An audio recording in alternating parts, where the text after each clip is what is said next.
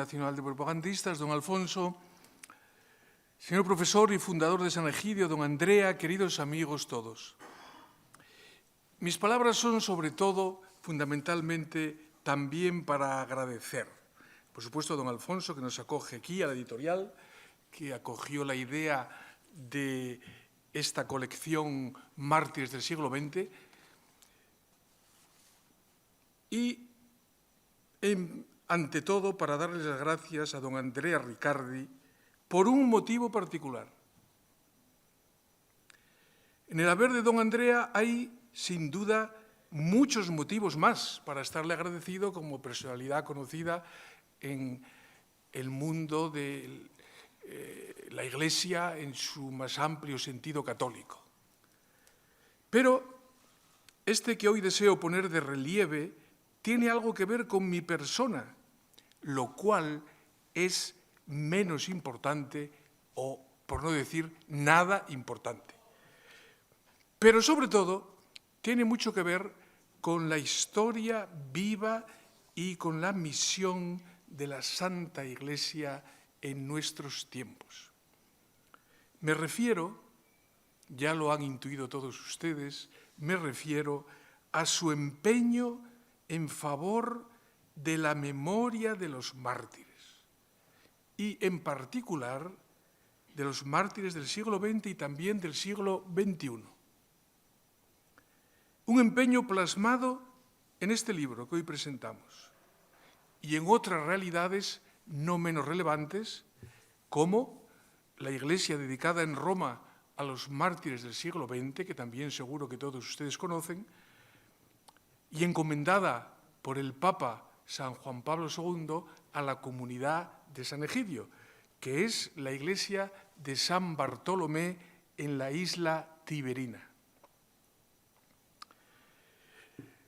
El 22 de abril de 2017, hace 2 años, el Papa Francisco celebró una hermosa liturgia en esta iglesia, en la iglesia de San Bartolomé en la isla Tiberina.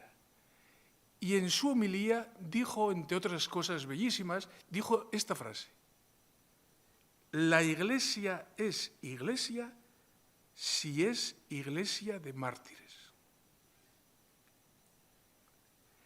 Benedicto XVI también había peregrinado a San Bartolomé el 7 de abril de 2008 y allí recordó la memorable homilía que San Juan Pablo II había pronunciado el 2 de mayo de 2007 en el Coliseo de Roma, en la conmemoración ecuménica de los testigos de la fe, uno de los actos centrales del gran jubileo del año 2000 que el Papa polaco santo llevó tan en el corazón y organizó con tanto empeño y con tanto éxito.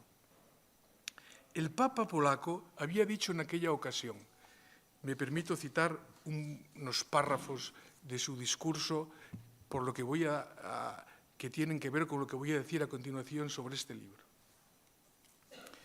Mi sacerdocio desde sus orígenes, decía el Papa Wojtyła, ha estado inscrito en el gran sacrificio de tantos hombres y de tantas mujeres de mi generación.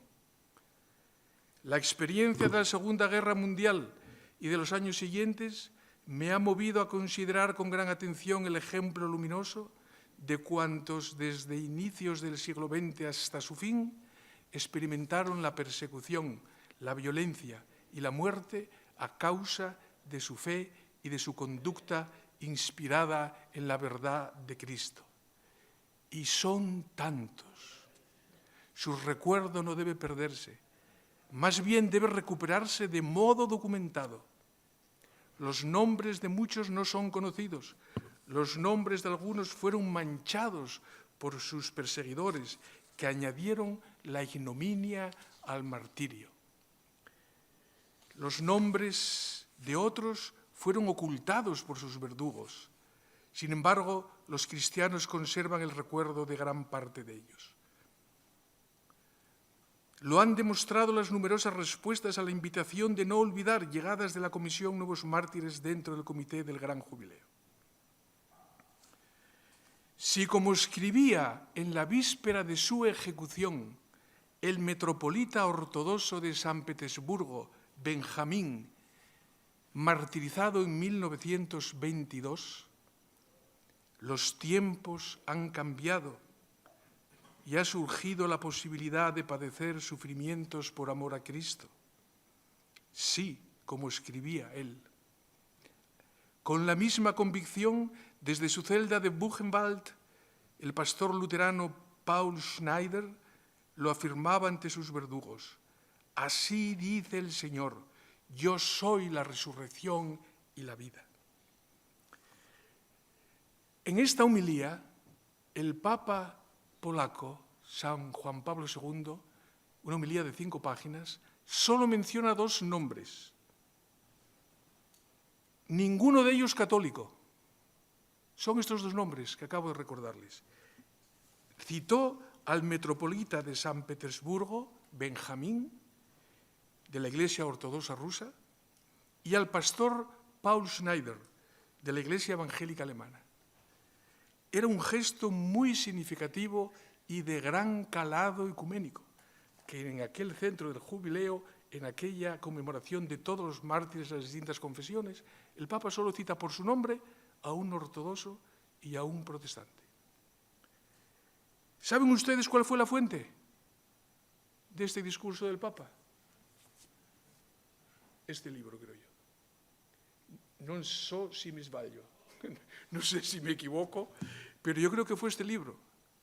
Porque Riccardi nos cuenta aquí al comienzo del capítulo añadido en 2009 sale la segunda edición italiana, Riccardi añade un capítulo y en ese capítulo cuenta en la página 521 de este libro que el domingo de Ramos del año 2000, es decir, un mes antes de la conmemoración del Coliseo, el Papa lo llamó a comer con él.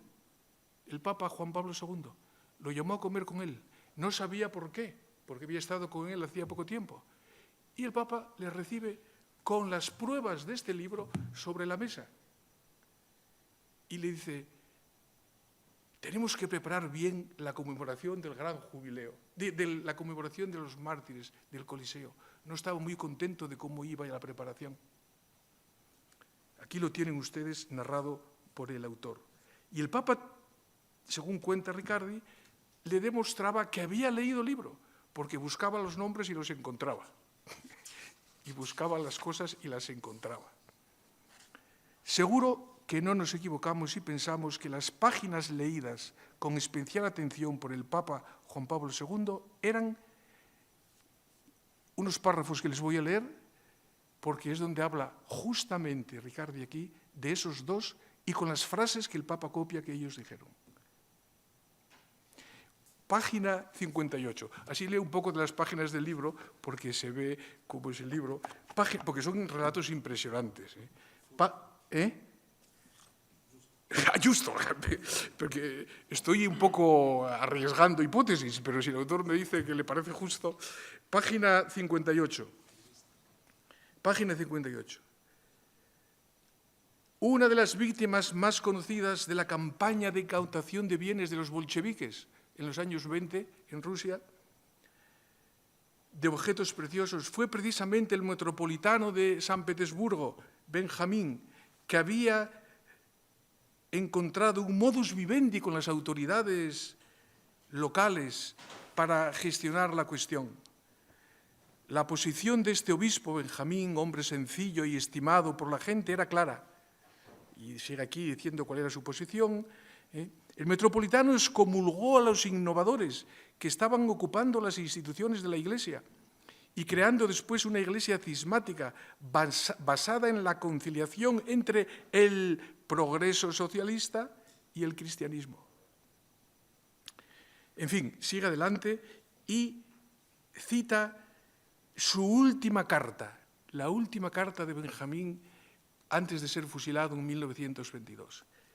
Y fíjese lo que dice esta carta. Los tiempos han cambiado y ha aparecido la posibilidad de padecer por amor a Jesucristo, sufriendo tanto por parte de los nuestros como de los extraños. Sufrir es duro, pesado, pero es la misma medida de nuestros sufrimientos, en esa medida sobreabunda también el consuelo divino.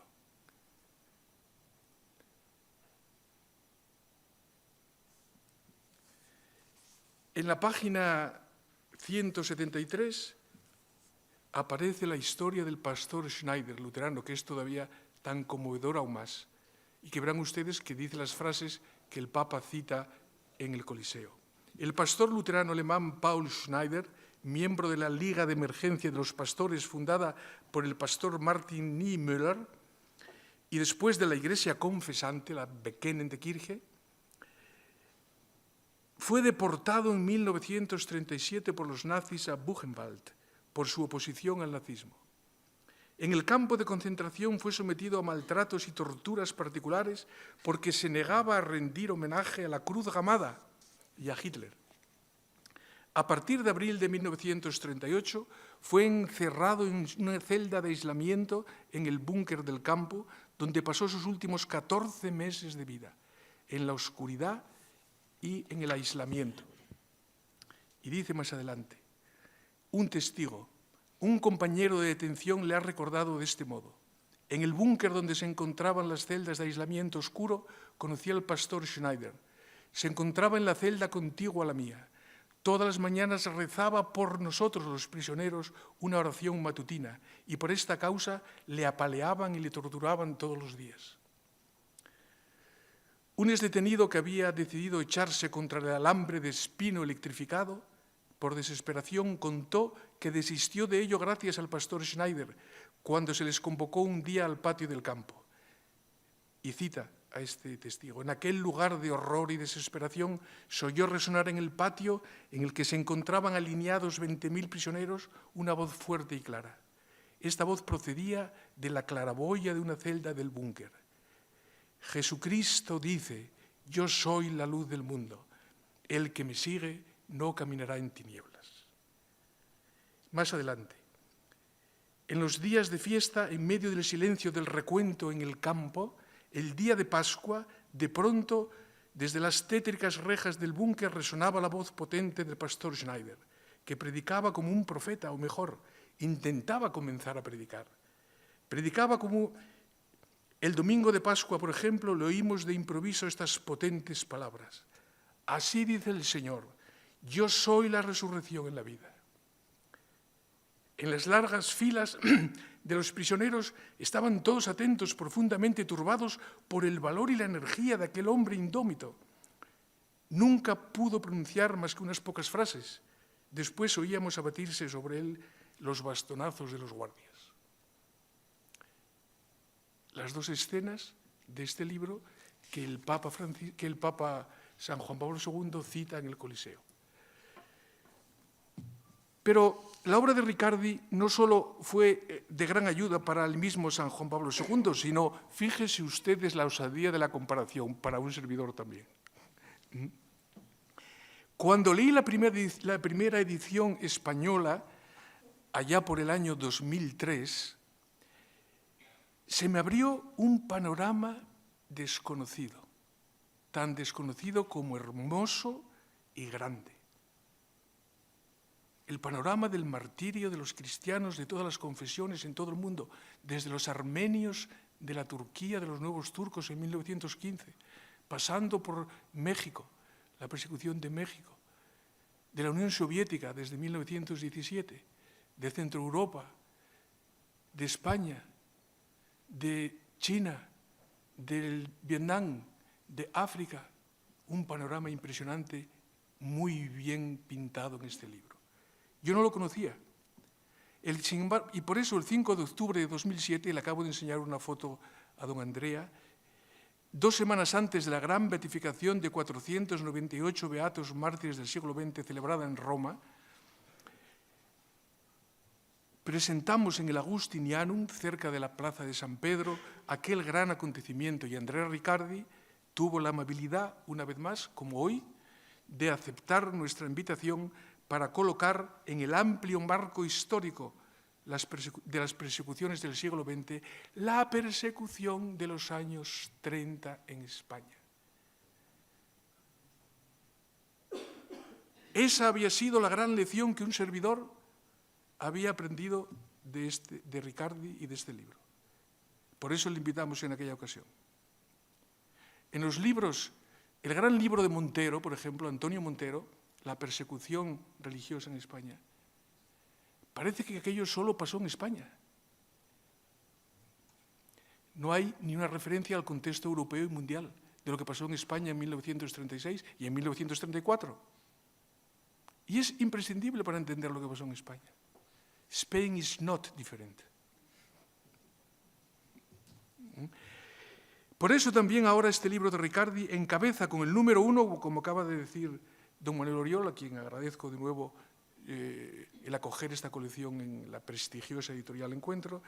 Por eso también encabeza este libro con el número 1, la serie de volúmenes que compone la colección Mártires del siglo XX, que es humilde, sencilla, pero que quiere, con la serie Mayor, que tiene 2 volúmenes, este, el primero, y este, el segundo, Víctimas y Mártires, aproximación histórica y teológica al siglo XX, y luego una serie de 15 pequeños, como este, El Beato Marx Suní y los mártires de Albania, libros de 100 páginas con las fotos, un mártir y su contexto. Va a salir ahora uno que se llama Gitano y Obispo juntos en el martirio. Ya saben quiénes son. El obispo de Barbastro y el gitano Ceferino Maya, los 2 mártires. Este está a punto de salir ahora. Luego está este otro, que este es una historia, este es un filósofo francés convertido, joven, tiene 41 años, profesor de filosofía en el Instituto de Metz, y que escribe aquí Nada más que el amor, indicadores para el martirio que viene. Y es una interpretación de la vocación cristiana como vocación martirial. Es precioso, es un ensayo francés precioso. Entonces, mil gracias a la editorial, mil gracias al autor, y termino con un elogio a la editorial porque este libro, además de ser una reedición con un prólogo nuevo de Riccardi, es una traducción nueva. Lo hemos vuelto a traducir. Eso cuesta trabajo y dinero, traducirlo. Porque la traducción española primera era mala, como tantas otras que se hacen en el español. Y les voy a poner un ejemplo de cómo era mala la primera y cómo esta es excelente. Dice, en la página 241, este libro, no, de la traducción, de la primera edición, dice, fíjese que es sin sentido y tiene que ver con el Oriente Medio, señor Nuncio, el Oriente un poco más acá de Irak. Dice la traducción que el cristianismo en Oriente Medio y en Anatolia fue erradicado desde los orígenes y mucho antes del islamismo. El cristianismo en Oriente Medio y en Anatolia fue erradicado desde los orígenes. Antes del islamismo ya no había cristianismo en Oriente Medio ni en Anatolia. En cambio, lo que describe Riccardi es lo evidente. Dice que allí, en Oriente Medio y en Anatolia, a diferencia de en el extremo oriente y en otros sitios, dice, el cristianismo está arraigado desde los orígenes y estaba allí mucho antes del islamismo. Es decir, lo contrario es la traducción. Los traductores son a veces, contra su voluntad, bastante traidores. Pero este libro lo pueden leer ustedes con toda confianza, tanto por su contenido único como por la belleza de la traducción y de la edición. Muchas gracias otra vez, querido profesor. Gracias por venir aquí a Madrid.